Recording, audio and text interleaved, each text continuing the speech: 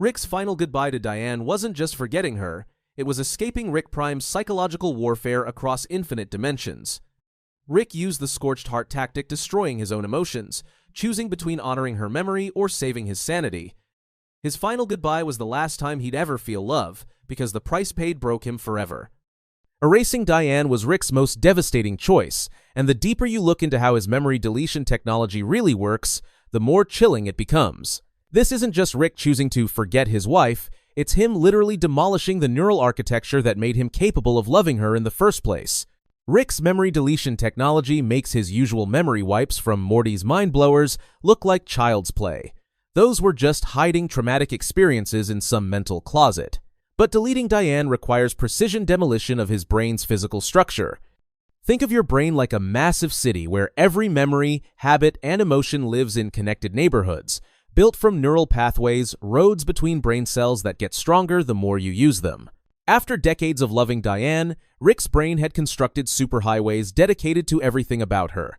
Not just conscious memories like "I remember our first kiss," but unconscious programming, the way his heart would skip when she laughed, how he automatically reached for her hand during movies, the muscle memory of making her favorite coffee every morning without thinking about it. Rick's deletion device scans his brain and identifies every single neural pathway connected to Diane, then systematically destroys them all with surgical precision. This goes way beyond normal forgetting, where memories just become harder to access but still exist somewhere. Rick's technology actually restructures brain tissue, creating permanent voids where his capacity for loving her used to live.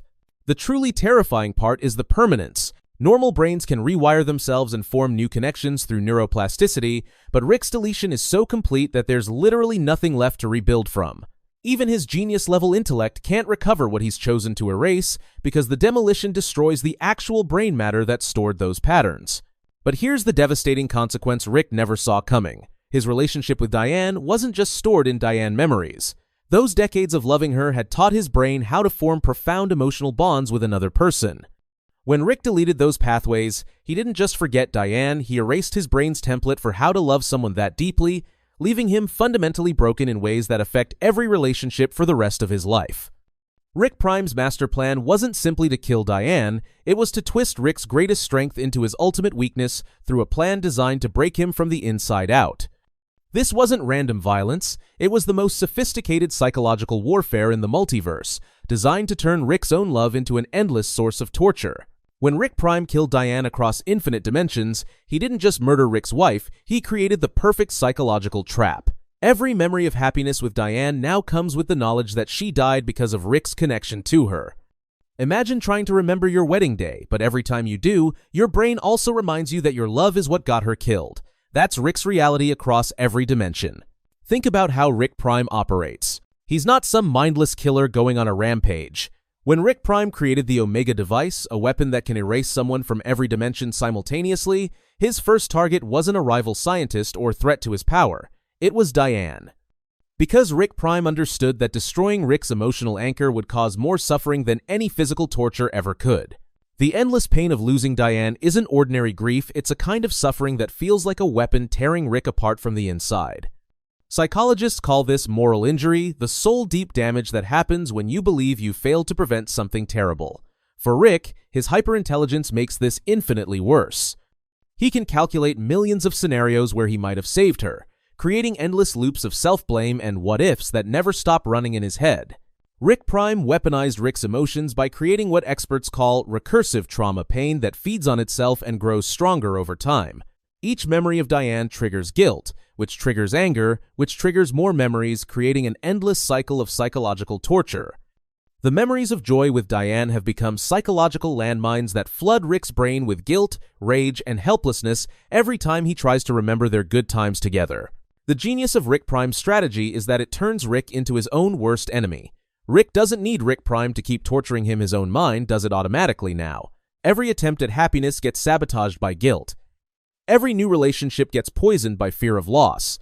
Rick Prime created the perfect psychological prison, one where the victim becomes the warden and love itself becomes the bars.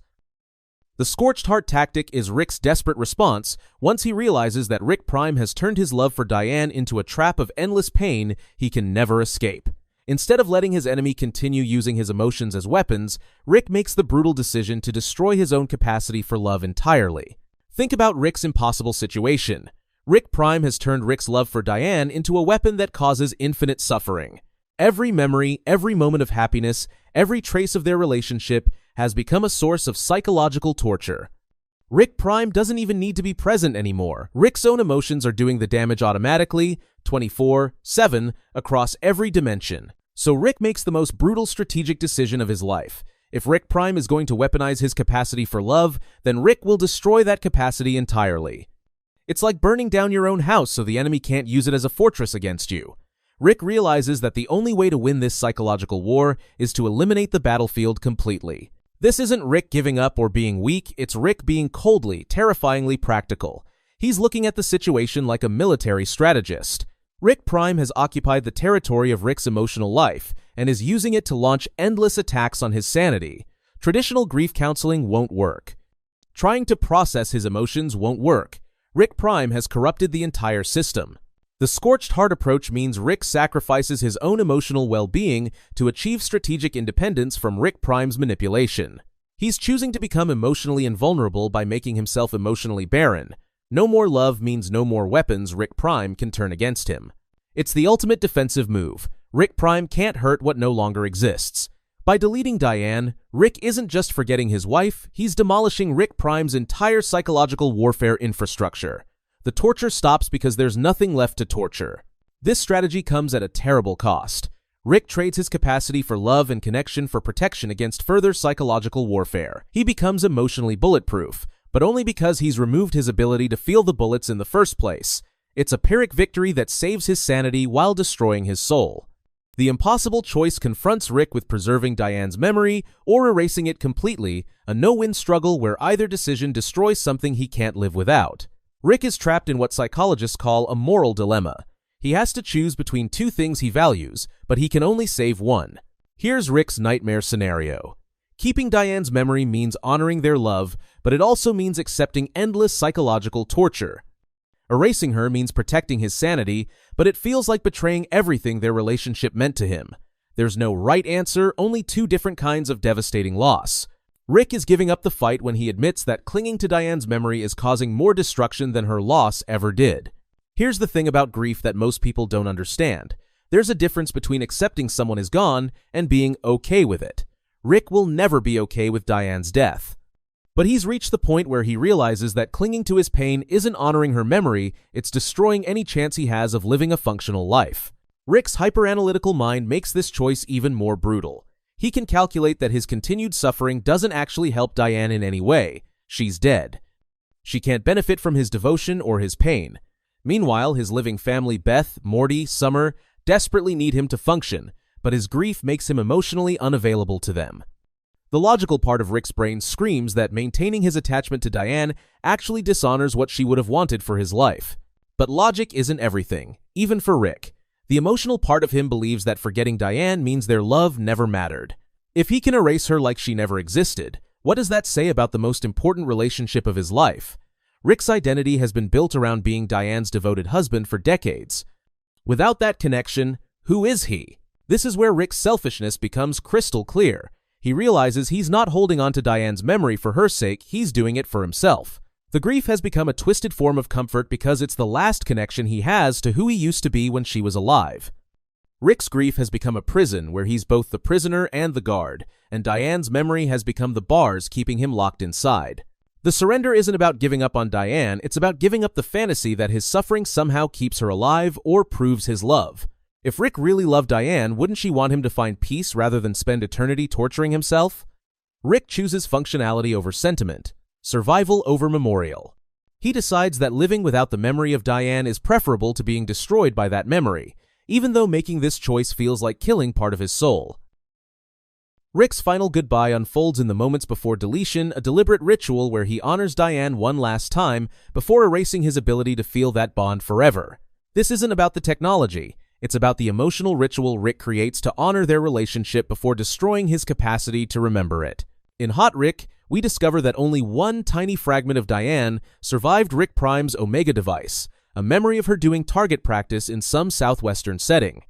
This single surviving piece makes Rick's acknowledgement ceremony heartbreakingly precious because it represents his absolute final opportunity to consciously experience any connection to his wife. Once he proceeds with deletion, this moment becomes irretrievably lost forever. Rick approaches this farewell with the same methodical precision he applies to his inventions, but the emotion behind it is overwhelming. He's not being impulsive or breaking down, he's creating a structured ritual that gives meaning and closure to what he's about to sacrifice. Like people who hold memorial services or write final letters, Rick is consciously choosing to fully experience his love for Diane one last time before systematically ending his ability to feel it.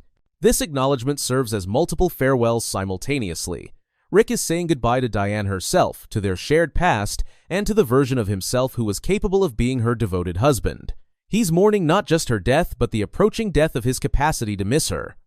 After deletion, the Rick who loved Diane will cease to exist, replaced by someone who's incapable of understanding what he's lost. The ceremony also functions as Rick's apology to Diane for what he's about to do, and his recognition that she would want him to find peace rather than endless torment. In the finale, Memory Diane herself validates this choice, thanking Rick for keeping her alive in his mind for so long while understanding why he must let go. Rick's acknowledgement becomes his ultimate expression of love, not the possessive kind that clings to pain, but the selfless kind that chooses release. He's deciding that honoring Diane means choosing to heal rather than choosing to suffer, even though healing requires forgetting her completely and losing the part of himself that made their love possible. The price Rick paid for erasing Diane wasn't just the loss of her memory, it was the collapse of his ability to form deep emotional bonds, leaving him broken in ways he never saw coming. Rick thought he was performing surgery on his grief, but he ended up lobotomizing his ability to love anyone at the level he once loved Diane. What Rick experiences after the deletion is something psychologists call emotional numbness. His brain literally loses the ability to process and express complex emotions properly. It's like deleting the software that runs your computer's operating system. The hardware is still there, but the programs that made everything work together are gone forever. This explains so much about Rick's relationships with his family. He struggles to connect authentically with Beth, not because he doesn't care about her, but because he's missing the neurological architecture that would let him access those deeper levels of emotional intimacy. When Morty needs genuine emotional support, Rick defaults to intellectual solutions or crude jokes because the emotional processing circuits that would generate appropriate responses have been permanently damaged. Rick essentially gave himself artificial emotional brain damage. The memories he deleted contained decades of learned emotional behaviors: how to comfort someone who's crying, how to express affection without defensiveness, how to be emotionally present during important moments. All of that unconscious emotional intelligence got erased along with Diane. After deletion, Rick doesn't just lose conscious memories of Diane, he loses all the unconscious emotional responses she shaped in him. No more instinctive smile when he sees blonde hair. No more automatically buying her favorite flowers. No more muscle memory of their shared routines. The neurological software that made him Diane's husband gets completely uninstalled, leaving behind a fundamentally different person who's incapable of missing what he can no longer remember existed. The worst part is that this damage is irreversible. You can't rebuild deleted neural pathways without the original experiences that created them.